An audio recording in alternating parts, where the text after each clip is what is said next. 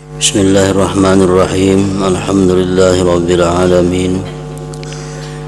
Wassalatu wassalamu ala asyrafil anbiya'i wal mursalin sayyidina maulana Muhammadin wa ala alihi wa sahbihi ajma'in. Qala al-musannifu rahimahullah wa nafa'ana bi ulumihi fid dharain. Amin.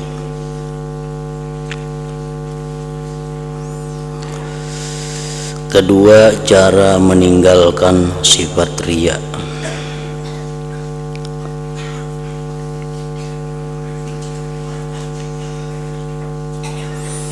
Adapun riya, maka itulah yang dinamakan syirik khafi.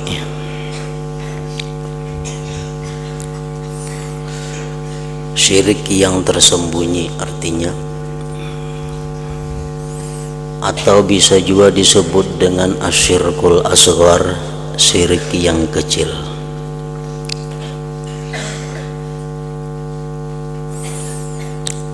Syirik khafi satu di antara dua bahagian syirik. Syirik besar, syirik jali, syirik yang nampak, itu orang yang menyembah selain Allah, zahiran wa batina, zahir dan batin. Zahir dan batinnya itu menyembah selain Allah, itu ngarannya adalah syirik yang besar, syirik yang nampak. Kemudian ada syirik yang tidak nampak, yaitu orang yang zahirnya menyembah Allah tetapi hatinya bermaksud kepada selain Allah. Sembahyang itu menyembah Allah, membaca Quran menyembah Allah, menuntut ilmu bagian daripada ibadah menyembah Allah, membaca salawat kepada Nabi merupakan menyembah Allah. Zahirnya mereka menyembah Allah, tetapi hatinya tujuannya adalah bukan karena Allah. Nah, itu namanya syirik juga tapi tersembunyi.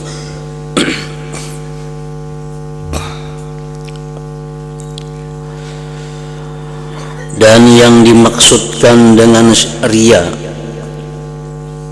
apa artinya riya itu?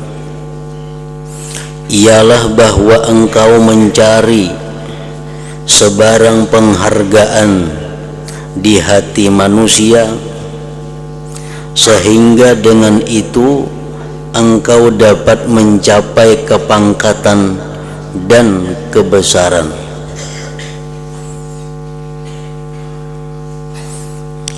Mencari penghargaan manusia, mencari pujian manusia, mencari kepangkatan di hati manusia melalui bentuk ibadah, melalui ibadah kepada Allah.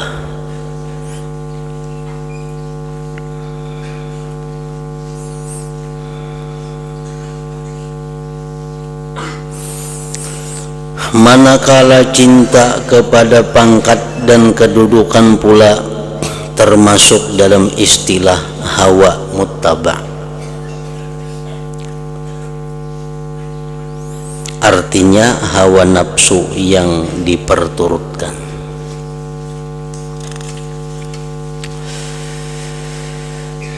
Dengan penyakit riya ini ramai orang yang menjadi binasa.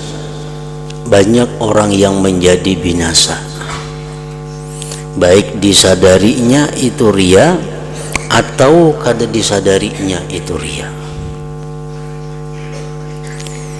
Maka tidak ada yang membinasakan manusia kecuali hanya manusia juga.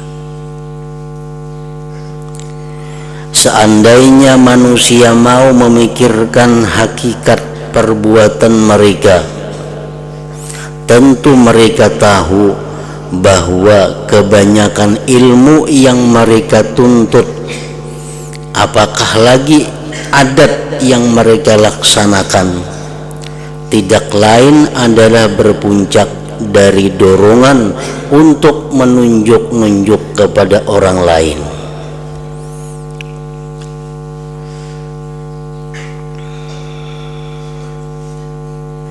Sedangkan tujuan seperti ini adalah menghilangkan pahala amal seperti yang disebutkan di dalam hadis. Inna syahida yu'maru bihi yaumal qiyamah ilan nar fayaqulu ya rabbi ustushhidtu fi sabilik fayaqulullahu ta'ala bal aratta ayyuqala fulanun suja' wa qad qila dhalik wa dhalika ajruka.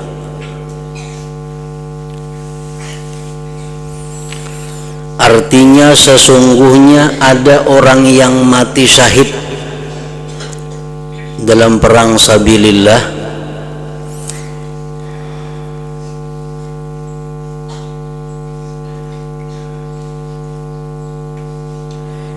yang akan dihumbankan ke dalam api neraka pada hari kiamat nanti. Orang yang berjuang sabilillah mati dibunuh orang kafir dalam peperangan, disuruh masuk ke dalam neraka. Lalu ia merasa heran dan mengadukan halnya kepada Allah sambil berkata, wahai Tuhanku, bukankah aku telah mati syahid dalam membela agamamu? Kenapa disuruh ke neraka? Maka matinya mati syahid. Allah menjawab, tidak. Sebenarnya engkau sanggup mati syahid supaya engkau dikatakan seorang yang berani. Ikam berperang itu bukan karena aku ya Tuhan, tapi ikam berperang itu tujuannya supaya engkau dikatakan orang sebagai orang yang jagau, orang yang berani, sebagai pahlawan, dan telah pun dikatakan orang demikian kepadamu.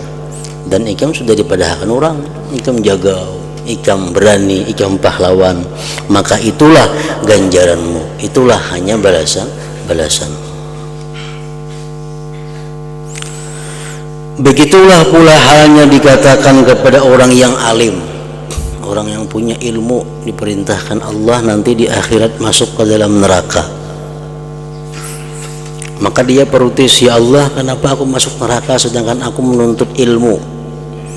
Nah, ujar Tuhan, ikam menuntut ilmu itu bukan karena aku. Ikam menuntut ilmu itu supaya dikatakan orang bahwa engkau penuntut ilmu. Dan itu sudah engkau dapatkan dalam dunia. Orang sudah mengatakan engkau adalah penuntut ilmu, maka itulah balasannya. Haji dan qari yang ria pada amalan mereka. Orang naik haji, sudah haji, maka Allah menyatakan al-hajjul mabrur laisa lahu jaza illal jannah. Orang yang hajinya mabrur tidak ada balasan kecuali surga. Nah, ini sudah haji dan sudah merasa mengerjakan haji dengan benar, tahu-tahu di akhirat disuruh masuk ke dalam neraka. Dia memerutis, ya Allah, kenapa aku masuk neraka sedangkan aku sudah haji? Allah mengatakan bahwa haji kamu itu bukan karena aku. Engkau naik haji itu semata-mata agar dikatakan orang engkau adalah haji, dan itu sudah engkau dapatkan di dalam dunia, maka itulah balasannya. Nah, jadi walhasil kesimpulannya bahwa amal ibadah yang dilakukan dengan riya itu bukan hanya kadang mendapat pahala, tetapi lebih daripada itu, yaitu dimasukkan Allah Subhanahu wa taala ke dalam neraka. Nah, hanya kada berpahala aja kurang lebih. Ini bukan hanya kada berpahala tapi mendapat siksa.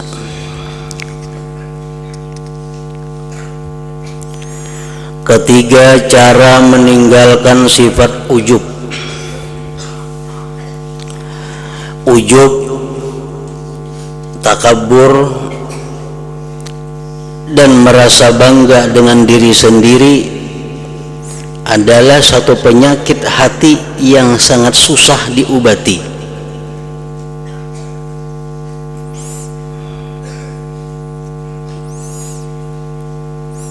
Apalagi orang yang mempunyai salah satu di antara 6 keistimewaan, makin sulit diobati.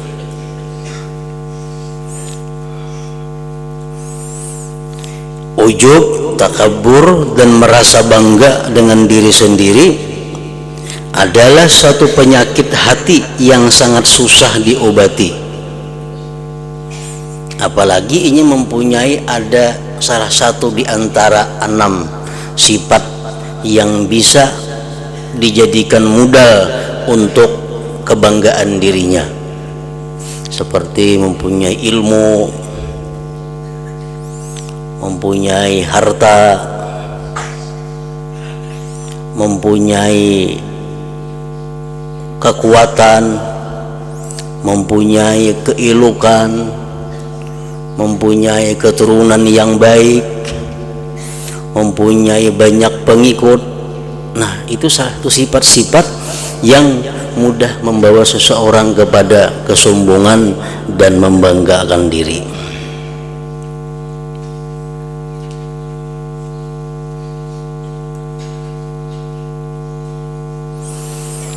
Dan ujub itu ialah memandang kepada diri sendiri dengan pandangan kemuliaan dan kebesaran. Nah, itu ujub. Memandang aku orang besar, aku adalah orang yang hebat, aku adalah orang yang takwa, aku adalah orang yang punya sifat-sifat yang mulia. Bila kita merasa demikian, berarti kita mempunyai penyakit hati.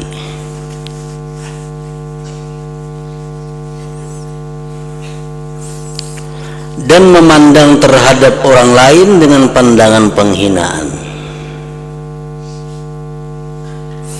Dan alamat yang nampak pada lidah orang yang ujub itu ialah ia selalu mengatakan aku begini-begini.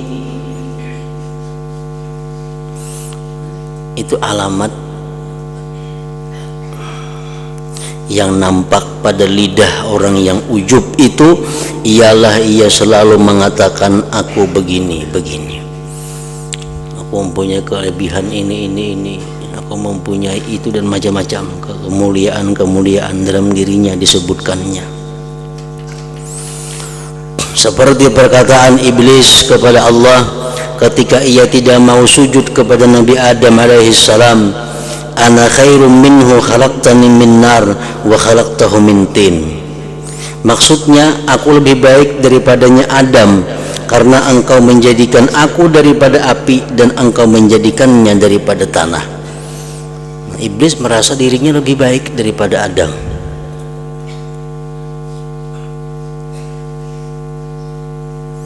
Itu menunjukkan iblis mempunyai sifat yang namanya ujub tadi. Dan alamat yang nampak bagi orang yang ujub itu di dalam majelis orang ramai ialah ia selalu suka mengangkatkan dirinya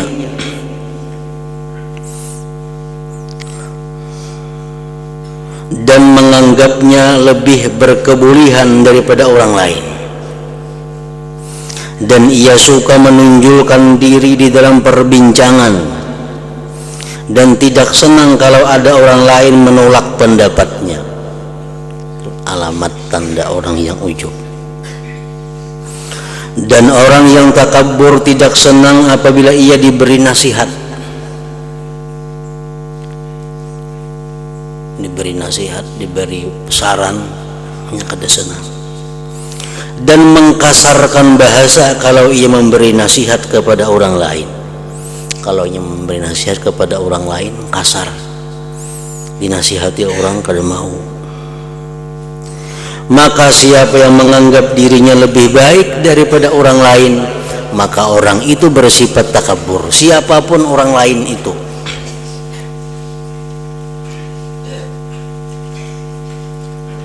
Siapakah orang lain tuh? Bila kita anggap diri kita lebih baik pada inya, berarti kita sudah termasuk takabur.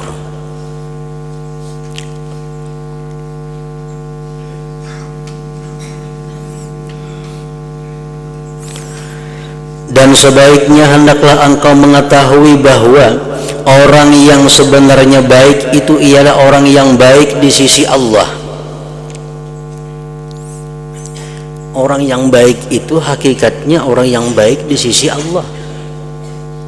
Kalau kita merasa diri kita lebih baik daripada orang lain, berarti kita merasa diri kita lebih baik daripada orang lain di sisi Allah. Dan masalah ini tiada siapa yang mengetahui. Siapa yang tahu? Siapa yang mendahkan diri kita lebih baik daripada inya di sisi Allah? Siapa yang memberitahu kita? Karena ia bertakluk kepada khatimah akhir umur seseorang. Buruk baiknya seseorang di sisi Allah itu tergantung akhir umurnya. Maka i'tikadmu di dalam dirimu bahwa engkau lebih baik daripada orang lain adalah berpuncak daripada kejahilan semata-mata. Orang yang baik itu orang yang mati husnul khatimah. Itu orang yang baik. Sedangkan kita belum tahu mati kita apakah husnul khatimah atau kada.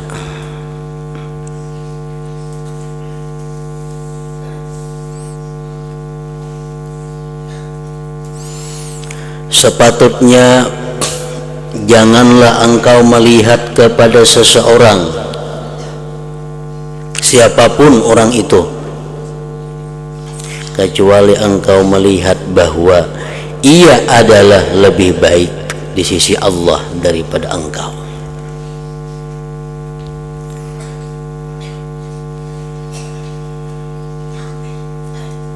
Dan ia mempunyai beberapa kelebihan atas dirimu. Jadi di hadapan siapapun, bakawan siapapun, kita disuruh mengiktikadkan bahwa orang lain itu lebih baik daripada kita dengan mempunyai beberapa kelebihan yang tidak ada pada diri kita.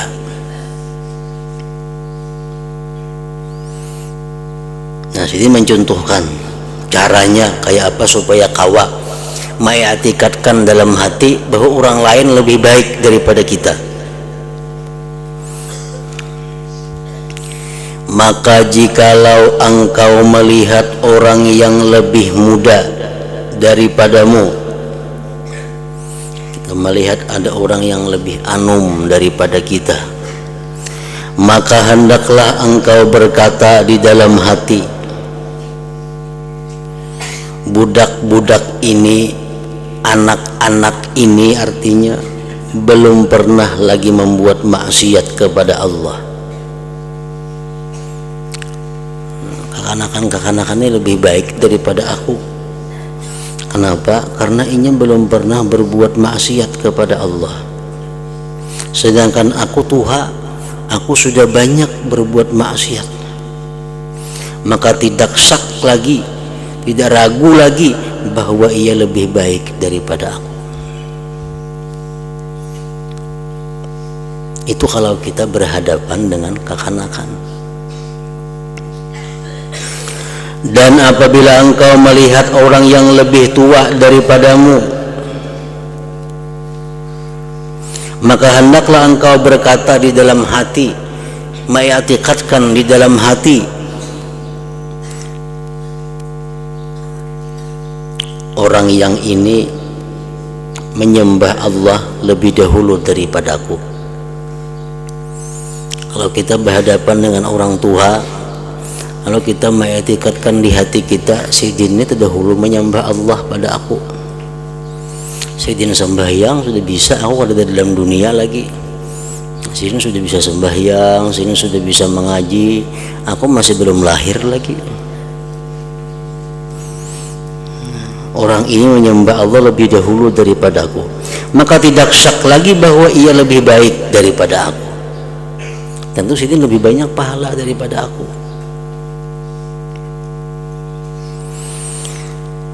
Dan apabila engkau melihat orang yang alim, maka hendaklah engkau berkata, orang yang alim ini telah dikaruniakan kepadanya bermacam-macam pemberian yang tidak dikaruniakan kepadaku, dan ia telah sampai ke martabat yang aku tidak sampai kepadanya,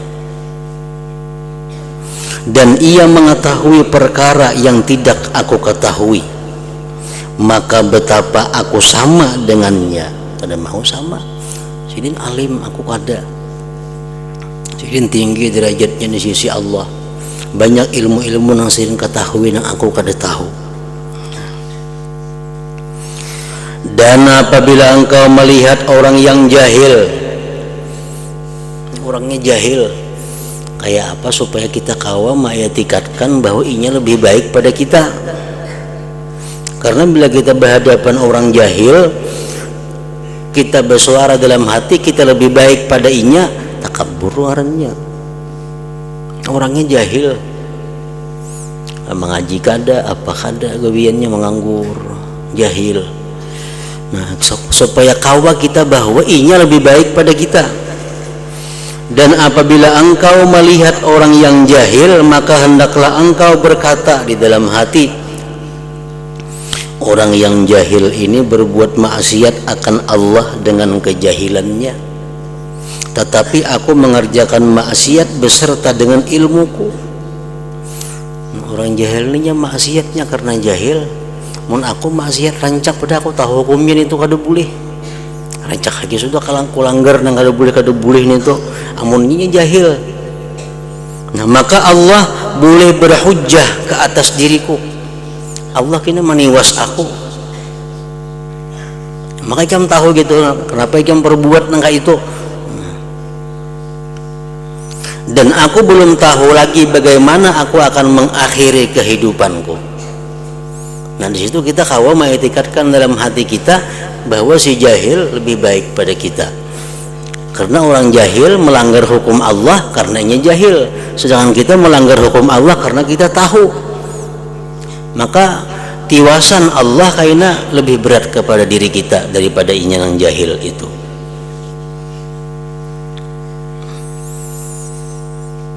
Dan apabila engkau melihat orang yang kafir, orang itu jelas-jelas kafir, kayak apa cara supaya kita bisa mengetikatkan di hati inya lebih baik pada aku, makanya kafir.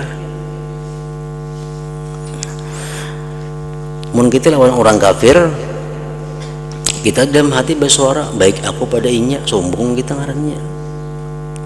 Apalagi lawan orang Islam, lawan orang kafir aja kita beranggapan bahwa kita lebih baik pada inya, sudah sombong.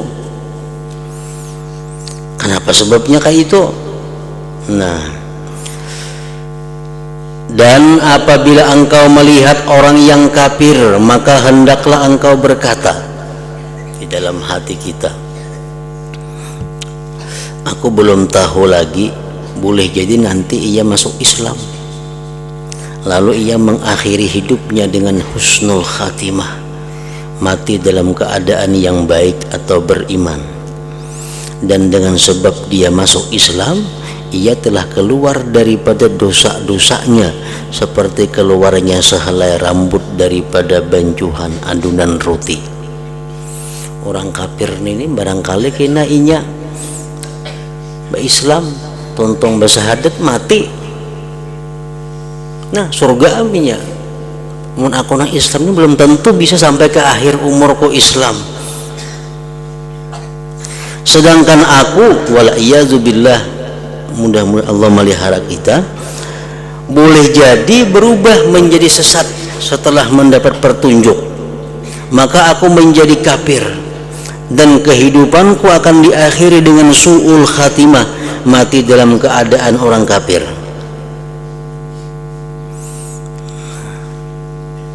Maka orang kafir ini pada hari kiamat nanti akan dikumpulkan bersama orang-orang yang muqarrabin, sedangkan aku akan disiksa di dalam api neraka. Nauzubillah min dzalik.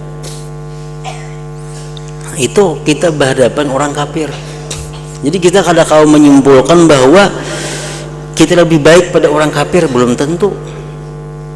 Lebih baik daripada orang fasik, belum tentu. Apalagi lebih baik daripada orang jahil, kadang-kala juga. Nah makanya siapa-siapa yang meyakini di dalam hatinya bahwa dia lebih baik daripada orang lain, maka orang itu ngarannya takabur, sombong. Dan itu adalah dosa yang besar. Karena baik buruknya seseorang itu dinilai, dipandang di waktu dia mengakhiri hidupnya di dalam dunia ini. Orang kafir yang selama ini membenci Islam, menghancurkan Islam, siapa tahu barangkali mengucap 2 kalimat syahadatnya mati, dosanya habis, di akhirat dia bersama orang-orang mukarrabin.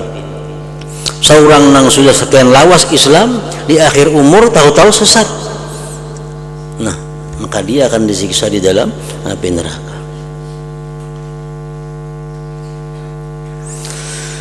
Maka sifat takabur tidak akan keluar daripada hatimu kecuali bila engkau mengetahui bahwasanya orang yang sebenarnya mulia itu ialah orang yang mulia di sisi Allah.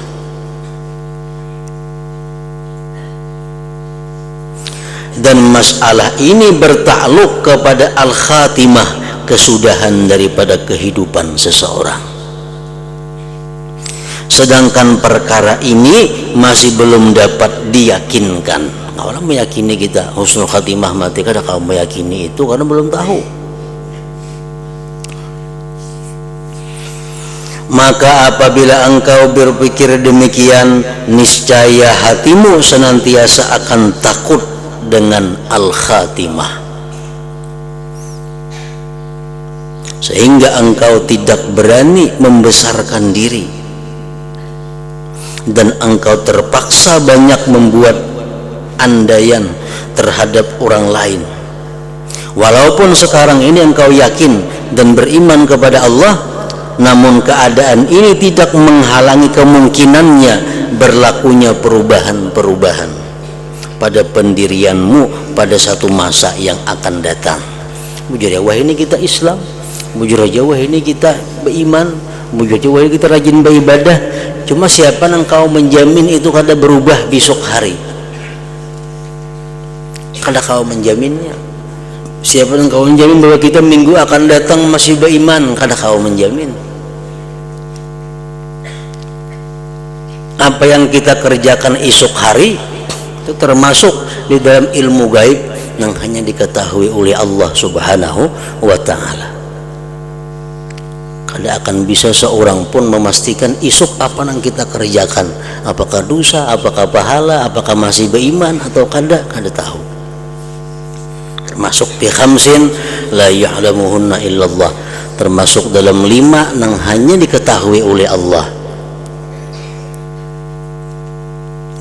Macam hari kiamat, siapa yang tahu? Ada yang tahunya, kapan terjadi itu hanya Allah yang tahu. Nang dalam rahim ibu, siapa yang tahu?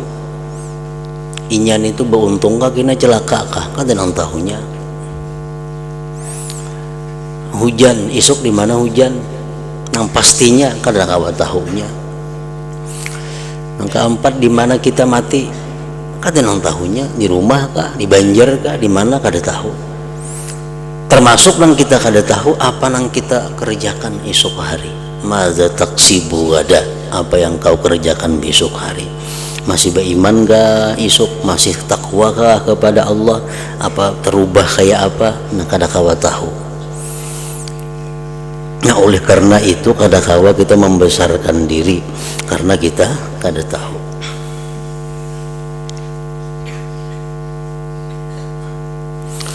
Karena Allah berkuasa merubah-rubah hati manusia. Allah berkuasa merubah-rubah hati manusia. Dan ia dapat memberi hidayah kepada siapa saja yang ia kehendaki.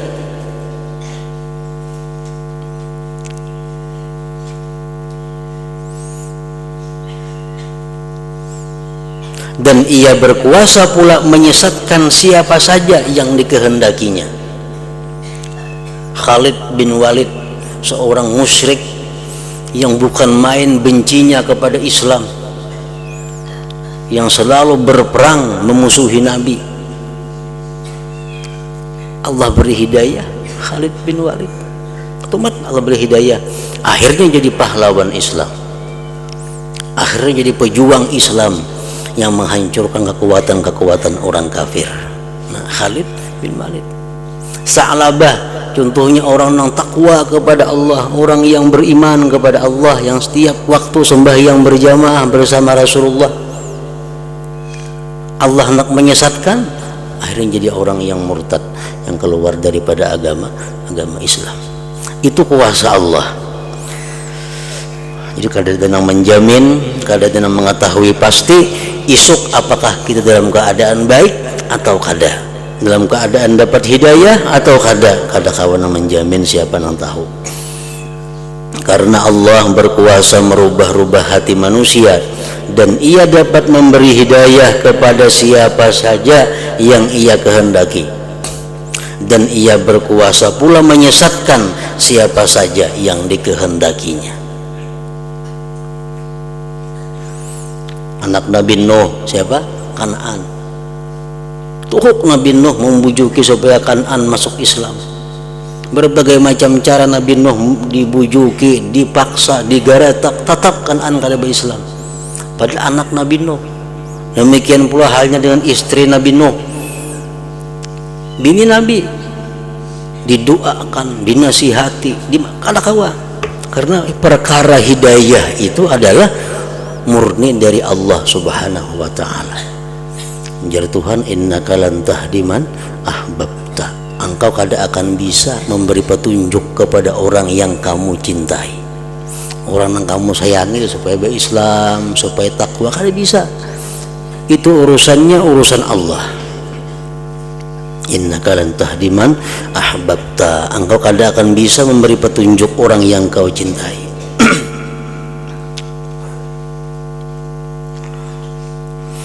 Adalah sangat banyak hadis-hadis yang berkenaan dengan celaan terhadap sifat hasad, dengki, takabur, riya dan ujub. Tetapi rasanya cukup bagimu sebuah hadis yang telah menghimpunkan segala maksud yang berkenaan dengan sifat-sifat tersebut, di mana Imam Abdullah ibn al-Mubarak rahimahullah ta'ala telah meriwayatkan di dalam kitab Zuhdi dengan sanad beliau daripada seorang lelaki, yaitu Khalid bin Ma'dan, yang pernah berkata kepada Mu'adz, wahai Mu'adz,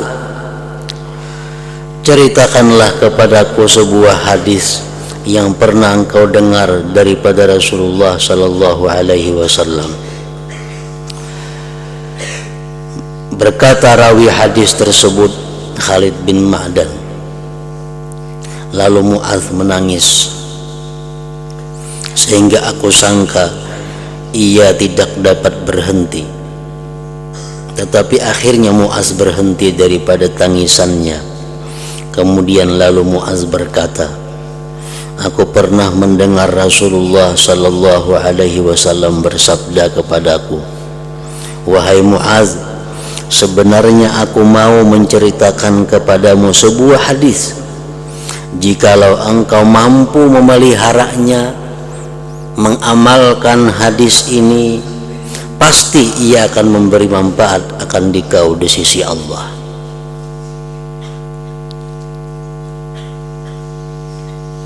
Tetapi jika engkau mensia-siakannya, tidak memeliharanya, kadang mengamalkan dengan hadis ini, maka akan terputuslah hujjahmu di hadapan Tuhan pada hari kiamat nanti. Nah, ini hadisnya sangat panjang. Nah, hingga situ dulu, wahai Mu'adz, ujar Nabi.